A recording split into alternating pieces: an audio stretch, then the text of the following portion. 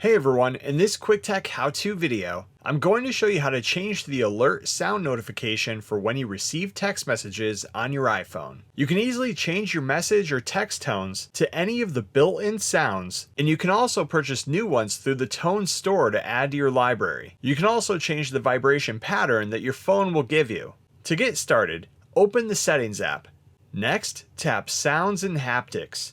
Inside of the Sounds and Vibration Patterns section, choose Text Tone. Here you can then scroll through and try out new tone alerts that will play when you receive a new message. In the top section are tones, which are quick alerts. There's a decent selection, and if you're looking for an older sound, you can look inside of the Classics section. Under that, you have full ringtones. At the top of the page, you can tap Vibration, and you can set or customize a vibration pattern for when you receive messages.